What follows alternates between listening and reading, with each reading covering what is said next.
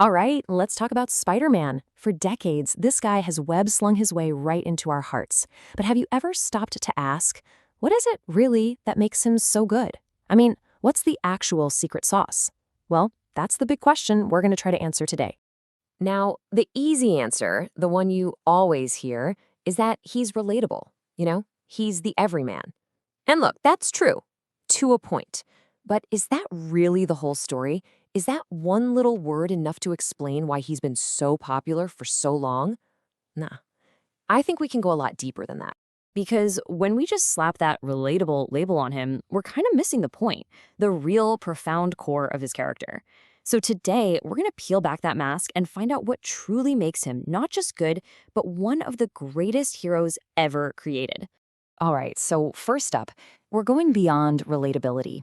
To really get this, we've got to move past that simple word and see how Peter Parker actually stacks up against, the rest of the superhero crowd. I mean, just look at the typical superhero lineup. You really start to see the difference, right? Most heroes, they start their journey so far from our reality.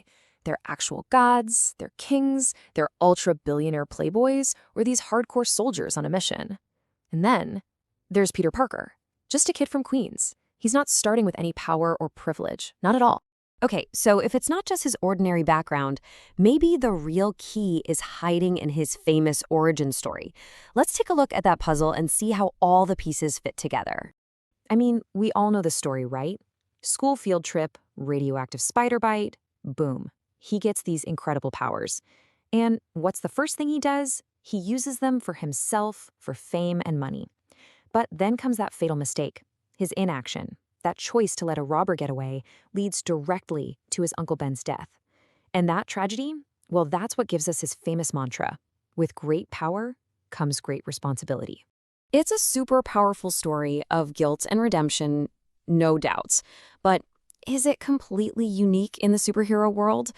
I mean, think about it. Batman's origin, also forged in tragedy. A lot of the core elements are pretty similar.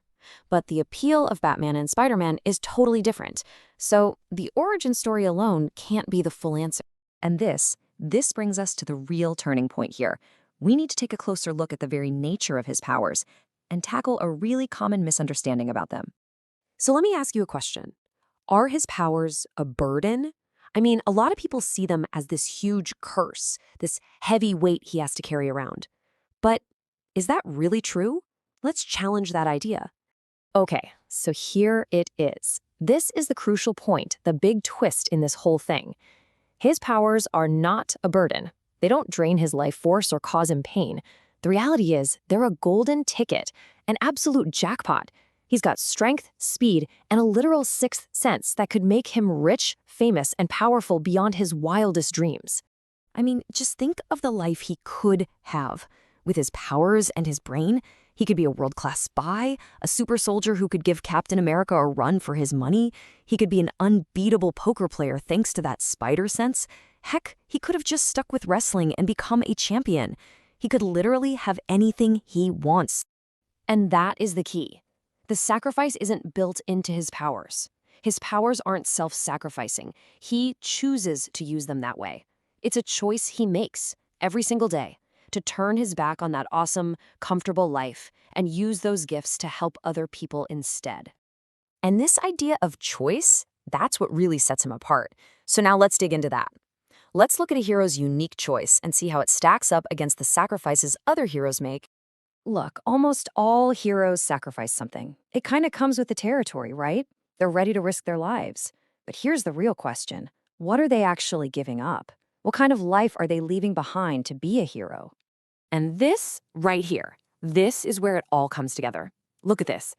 Gods and kings like Thor, they don't have a normal life to go back to. They're already royalty. Billionaires like Batman, they're already living these crazy, extraordinary lives. A lot of other heroes are outcasts. They never even had the option of being normal. But Spider-Man? Yes, he absolutely has a normal life to sacrifice. It's right there every single day, waiting for him. And he has to choose to give it up over and over and over again. Which brings us to our final and maybe most important point, the daily sacrifice. This is all about the constant, grinding consequence of that unique choice he makes. This quote just hits the nail on the head. He's not just ready to die for you, he's ready to live his ordinary life in a constant struggle for you. Think about that. We see tons of heroes who are willing to die for people, but Spider-Man's heroism is different. He's ready to live for us, to wake up every day and go through the struggle of an ordinary life, all for our sake. And this happens in a relentless cycle, right? Peter's just trying to live his life, get to his job, go on a date, pay the rent. Then a crisis hits. He chooses to act, to be Spider-Man, which means sacrificing whatever he was supposed to be doing. He saves the day, of course, but then he returns to his personal life and it's always in a worse state than when he left. So what does Peter Parker actually lose? Well, it's all this stuff we can totally understand. He misses a shift, loses his paycheck, shows up late one too many times, maybe he gets fired. He has to ditch his girlfriend for an emergency and maybe he loses her too. His friends, his colleagues, they all think he's a slacker, totally unreliable. Why? Because they can't ever know the real reason. He's constantly sacrificing his life as Peter Parker. And this comparison really brings it all home. For most heroes, that moment of sacrifice is the big climax of their story, right? It's that one ultimate heroic act. For Spider-Man, that sacrifice, that's just another Tuesday. It's his daily routine. So you see, his greatest villain isn't the Green Goblin or Doc Ock. His greatest battle is the one he fights inside himself every single day. It's that constant, agonizing choice to put the world first and himself second.